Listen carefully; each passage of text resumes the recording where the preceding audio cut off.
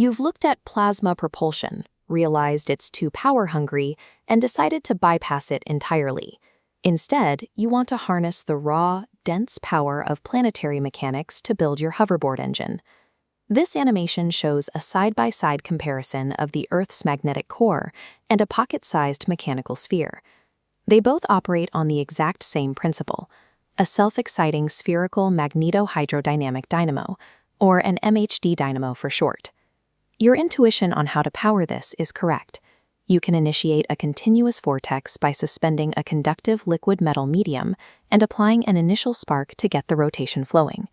But there is a glaring safety oversight in this base design. Without a specific mathematical protocol to shut down the centripetal force, the engine simply accelerates until it shreds its own mountings. Initiating the spin of a miniature planet is an impressive engineering feat.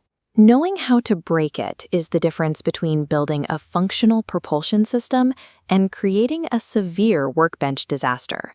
This 3D wireframe displays the basic architecture we need to build. Place a hollow copper ball in the exact center of a larger spherical outer casing.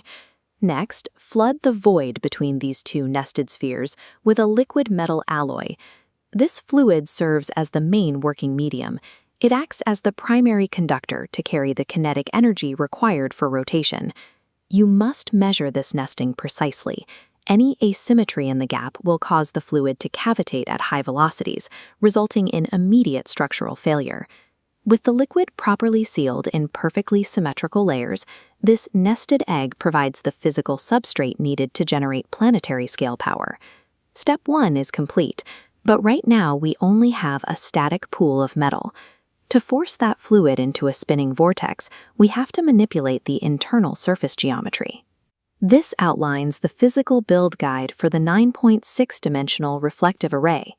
Balling up high-grade aluminum foil creates millions of chaotic reflection facets, the crinkle factor. Next, when mounting the main structural spine, you must align it with a 3.6-degree offset to trigger the spin. If you point your jumpstart energy directly at the dead center of the core, the opposing forces equalize perfectly. The liquid experiences a static lock and will not rotate. This top-down protractor graphic illustrates how to break that static lock.